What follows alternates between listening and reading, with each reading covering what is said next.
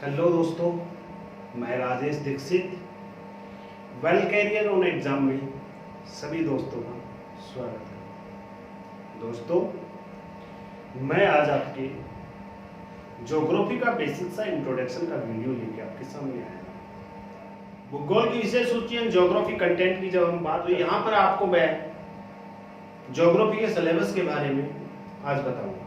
Geography के syllabus के बारे में दोस्तों जब हम बात करते हैं तो साधारणतः ज्योग्राफी को दो भागों में बांटेंगे हम। एक अपना पहला पार्ट होगा फिजिकल ज्योग्राफी एंड दूसरा पार्ट होगा अपना ह्यूमन ज्योग्राफी, मानव भूगोल। फिजिकल ज्योग्राफी के तीन पार्ट बटे हुए हैं, स्थलमंडल, जलमंडल और वायुमंडल, जो बेसिकली आप जानते हो। स्थलमंडल जिसको भू आकृति विज्ञान में ज्योग्राफी में कहा जाता है, जो ज्योग्राफी बैकग्राउंड से उनको अच्छे से पता है। जलमंडल जो ओशियनोग्राफी या महासागर विज्ञान के नाम से भी जाना जाता है। और तीसरा है वायुमंडल, जो क्लाइमेटोलॉजी के नाम से भी जाना जाता है। तो एक एक टॉपिक के बारे में हम दोस्तों यहां पढ़ते हैं। सबसे पहले पृथ्वी की उत्पत्ति और भूगर्भिक इतिहास। यहां पर दोस्तों हम पढ़ेंगे पृथ्वी की उत्पत्ति कैसे हुई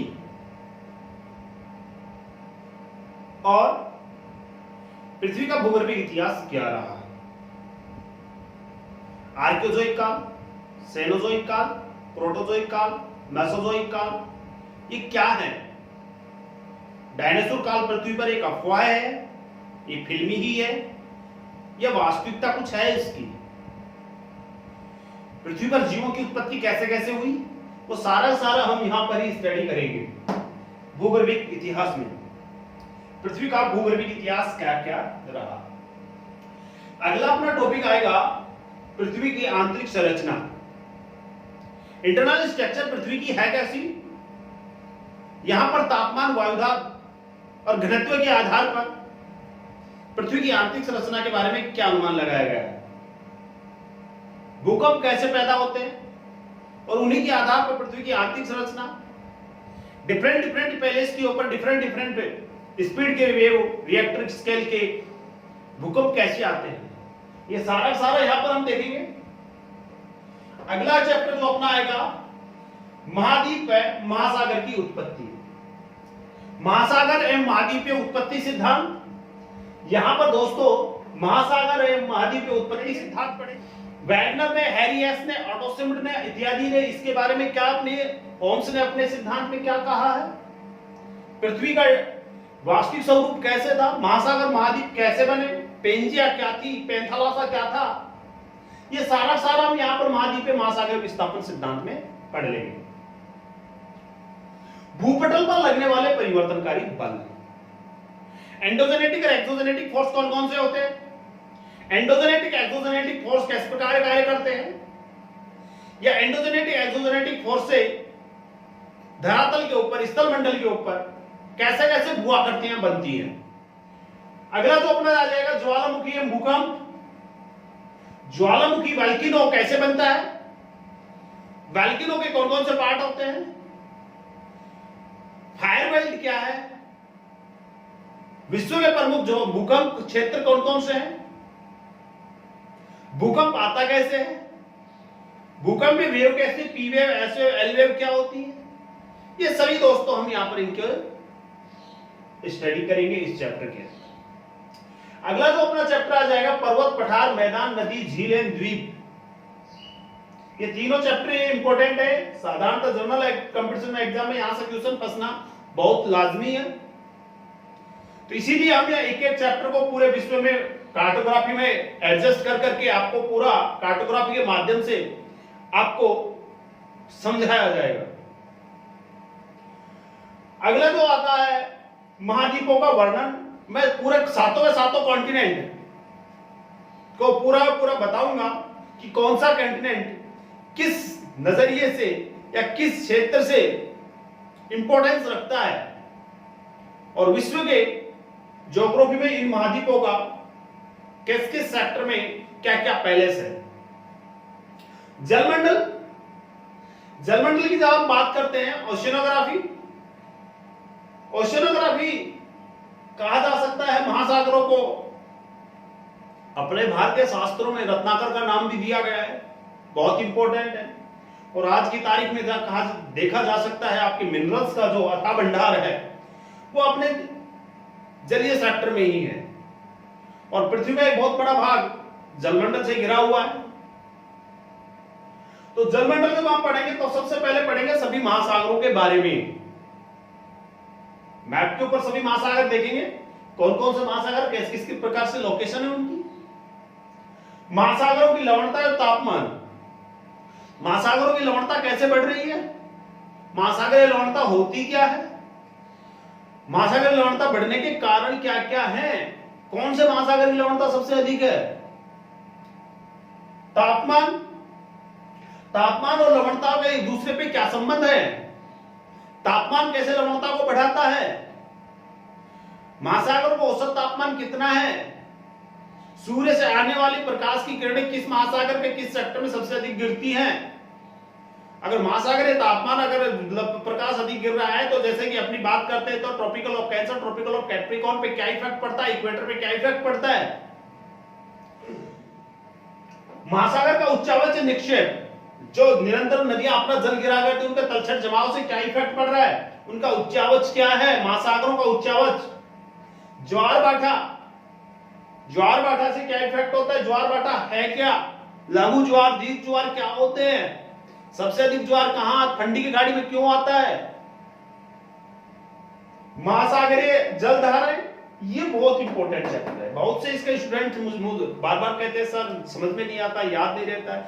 मैं महासागरीय जलधारा चैप्टर आप पढ़िएगा एक बार, और मैं गारंटी देता हूं दोबारा पढ़ने की आवश्यकता नहीं पड़ेगी आपको, और इससे जुड़े हुए सभी क्वेश्चन आप आसानी से सॉल्व कर पाओगे। एक कॉन्सेप्ट बेस से आपको पूरा महासागरीय जलधारा, ज्यादा नहीं, मैं आपको ओनली फॉर हाफ सेकंड के अंदर महासागरीय जलधारा का कॉन्सेप्ट दूंगा आपको, और बिल्कुल आप आसानी से महासागरीय जलधारा से जुड़ा हुआ कैसा भी क्वेश्चन हो आप आसानी से उठा लोगे। प्रवाल भित्ति, प्रवाल क्या होता है, कोरल रीफ, प्रवाल भित्ति क्या होती है, इन्हीं के बारे में आप सभी पढ़ेंगे। और अगला जो अपना आता है दूसरा चैप्टर आता है, लास्ट का जो तीसरा चैप्टर आता है बी सी पार्ट, वो आता है वायुमंडल का, क्लाइमेटोलॉजी का, बहुत इंपॉर्टेंट रखता है। ज्योग्राफी में आज की नजरिए में क्लाइमेटोलॉजी एक बहुत ही मोस्ट इंपॉर्टेंट चैप्टर है। पहले अपना जियोमॉर्फोलॉजी का बहुत ज्यादा पार्ट आया करता था, आज क्लाइमेटोलॉजी का ज्यादा पार्ट आ रहा है दोस्तों। तो दोस्तों वायुमंडल की जब हम बात करते हैं तो वायुमंडल पहले पढ़ेंगे वायुमंडल का संगठन। अपना जो वायुमंडल है उसमें गैसों का किस प्रकार से संगठन पाया जाता है, वायुमंडल में गैस संगठन है, उसी के आधार पर वायुमंडल की एक्टिविटी क्रिएट होती है। यहां पर सभी गैसों का संगठन पढ़ेंगे। हीट बजट, हीट बजट की जब मैं बात करता हूं उष्मा बजट की, तो ये पृथ्वी पर आपको सुनकर बड़ा ताज्जुब होगा कि सूर्य की 100 इकाइयां पृथ्वी पर 100 यूनिट आती है, 100 यूनिट यहां पे आई और 100 यूनिट वापस से चली गई। ये पृथ्वी का हीट बजट है। और ये कैसे कैसे 100 यूनिट आती है और 100 यूनिट ही वापस चली जाती है, और पृथ्वी अपने हीट बजट को एक बैलेंस को बना के रखती है, वो कैसे रखती है। वायुदाब एवं पवने, एयर प्रेशर बेल्ट पढ़ेंगे। स्थानीय पवने कौन कौन सी होते हैं, पवने क्या होती हैं, एयर प्रेशर बेल्ट क्या होती है, कैसे एयर प्रेशर बेल्ट स्थायी है, खिसकती कैसे रहती है। ये यहाँ एयर प्रेशर बेल्ट में डोल्ड्रम क्या होता है, सारा यहाँ पर हम स्टडी करेंगे। वर्षा एवं आर्द्रता, विश्व के वर्षा क्षेत्र कौन कौन से हैं, आर्द्रता क्या होती है, आर्द्रता से क्या इफेक्ट पड़ता है, आर्द्रता में चलने वाली पवनों के क्या इफेक्ट पड़ते हैं, वो पूरा पूरा हम यहाँ पर पढ़ेंगे। विश्व के कौन कौन से क्षेत्र में सबसे अधिक आर्द्रता पाई जाती है, क्यों पाई जाती है, उनके रिलेटेड जो भी रिलेवेंट जो भी रीजंस होंगे वो सभी यहाँ पर हम स्टडी करेंगे। चक्रवात, प्रति चक्रवात, साइक्लोन एंटी साइक्लोन को हम जब स्टडी करेंगे यहाँ पर, साइक्लोन क्या होता है, एंटी साइक्लोन क्या होता है, साइक्लोन एंटी साइक्लोन का क्या इफेक्ट होता है, ये पूरा हम स्टडी यहाँ पर करेंगे। विश्व के जलवायु प्रदेश, यहाँ पर हम थार्मोमेट कोपेन के पूरे विश्व को जैसे जलवायु प्रदेशों में वर्गीकृत किया गया है, बांटा गया है, वो सभी को हम यहाँ पर स्टडी करेंगे। तो ये आपका फिजिकल ज्योग्राफी का ही पार्ट हुआ है। अब आता है अपना ह्यूमन ज्योग्राफी। ह्यूमन ज्योग्राफी की दोस्तों जो हम बात करते हैं तो सबसे पहले पढ़ेंगे विश्व के कृषि प्रदेश। जैसे कि मैं तो कई भी क्लास में भी बोलता हूँ कि कंपटीशन सेक्टर से जुड़े हुए अधिकतर बच्चे किसान के बच्चे, भारत में सबसे अधिक बेरोजगार कौन? किसान के बच्चे। इसके बारे में हम बताएंगे कैसे क्या चीजें हैं। तो ह्यूमन ज्योग्राफी, कृषि विज्ञान, पूरा विश्व की कृषि का क्षेत्र पढ़ेंगे।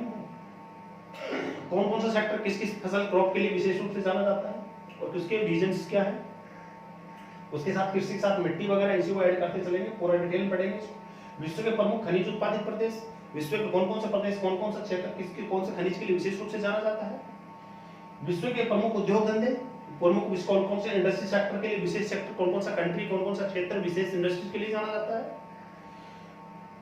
विश्व के परिवहन बहुत इंपॉर्टेंट है, नर्वस सिस्टम कहा जाता है, किसी भी कंट्री का नर्वस सिस्टम परिवहन इनके ट्रांसपोर्ट सिस्टम को कहा जाता है, ध्यान देना। तो nervous system in transport system, तो ये वर्ल्ड ट्रांसपोर्ट सिस्टम को बिल्कुल हम पढ़ेंगे, तीनों सेक्टर तीनों प्रकार के पढ़ेंगे, चाहे अपना एयर का हो, चाहे अपना ओशियन का हो, चाहे अपना सड़क हो, रेल हो, सारा पूरा इसको हर सेक्टर से पढ़ेंगे। मानव कौन सी प्रजातियां, इसके बारे में विशेष रूप से कई बार पूछा जाता है, विशेष रूप में प्रजातियां एस्किमो बोसमैन के बारे में बहुत पूछा जाता है। ये प्रजातियां कहां-कहां निवास करती है और उनसे जुड़ी हुई कुछ बेसिक तथ्य है, यहाँ पर हम स्टडी करेंगे। विश्व का जनसंख्या वितरण, विश्व में किस किस क्षेत्र में विशेष रूप से जनसंख्या पाई जाती है, विशेष रूप से किस प्रकार की जनसंख्या पाई जाती है, जनसंख्या वितरण किस सेक्टर में किस क्षेत्र में सबसे अधिक जनसंख्या वितरण पाया जाता है, कौन कौन से देश हैं जो मुख्य रूप से इनको एरिया और जनसंख्या दोनों को हम यहाँ पर कंबाइंड ही स्टडी कर लेंगे दोस्तों। तो दोस्तों जो हम पढ़ने वाले हैं दोस्तों, तो दोस्तों एक चीज ध्यान रख लेना, ये ज्योग्राफी का अगर आपने वर्ल्ड ज्योग्राफी ये सारी चीजें पढ़ ली ना, तो ज्योग्राफी का 100 में अगर 10 क्वेश्चन आते हैं, 10 में से आप 8 क्वेश्चन उठा लोगे, यानी कि 100 में से 80% आप क्वेश्चन कर दोगे। तो दोस्तों मैं उम्मीद करता हूँ कि आप 1 बाय 1 एक वीडियो देखिएगा और एक वीडियो देख कर फिर देखिएगा कि आपको ज्योग्राफी को कैसे प्रॉब्लम चुटकियों में सॉल्व हो जाती है, यानी कि किसी भी कंपटीशन का एग्जाम आप आसानी से ज्योग्राफी कर दोगे। हाँ ये और बता देता हूँ दोस्तों, यहाँ से मैं आपको एक एनवायरनमेंट का जो आपसे अपना क्लाइमेटोलॉजी से जुड़ा हुआ एनवायरनमेंट के जो पार्ट्स हैं वो आपको मैं, जैसे नाइट्रोजन चक्कर, ऑक्सीजन चक्कर, जलीय चक्कर, ये वगैरह ऐसे क्वेश्चन काफ़ी ज़्यादा पूछे जाते हैं, तो वो एनवायरनमेंट से विशेष में क्वेश्चन वो बता दूंगा कि विशेष सिचुएशन के अंदर जो हिल स्टेशन के जो जीव है वो कैसे नीचे की ओर प्लान करते हैं, और जैसे कि जब बर्फबारी जब गर्मी आती है कैसे ऊपर की ओर आ जाती है, पूरा को हम यहाँ पर पूरा डिटेल करेंगे। उसका एनवायरनमेंट का पार्ट यहाँ मैंने ऐड नहीं किया है, लेकिन वो इसी में कहीं ना कहीं इसी से ऐड में करता आपको करवा दूंगा। जैसे क्लाइमेटोलॉजी हम यहाँ पर हम पढ़ेंगे विश्व की कृषि प्रदेश, तो कृषि वाला फील्ड वाला मैं यहाँ पर उठा दूंगा। तो यहाँ पर अगर मैं मानव की प्रजाति, यहाँ पर विश्व की प्रजाति के बारे में भी ऐड कर दूंगा, जनसंख्या वितरण में भी, बाकी जनसंख्या वितरण में भी कुछ ऐड कर लेंगे। तो यहाँ पर हम दोस्तों मैं आपको बता देता हूँ कि ये एनवायरनमेंट वाला पार्ट हम यहाँ पर ऐड कर देंगे। तो दोस्तों ये चीज़ें देखिएगा और देख के बताइएगा, और जो भी चीज़ें आपको डाउट है या फिर कुछ भी साउंड प्रॉब्लम आ रहा है, पिक्चर क्वालिटी प्रॉब्लम आ रही है, जो भी चीज़ें हैं आप बेझिझक पूछिएगा। और आपको यहाँ पर ज्योग्राफी, आपको मैं एक पूरी कंप्लीट ज्योग्राफी करवाऊंगा, ज्योग्राफी के साथ में ज्योग्राफी भी करवाऊंगा, आपको इकोनॉमिक्स भी करवाऊंगा, अदर सब्जेक्ट भी अवेलेबल हो जाएंगे, पॉलिटी, हिस्ट्री, बाकी अदर सब्जेक्ट आपको प्रॉपर रूप से अवेलेबल होंगे।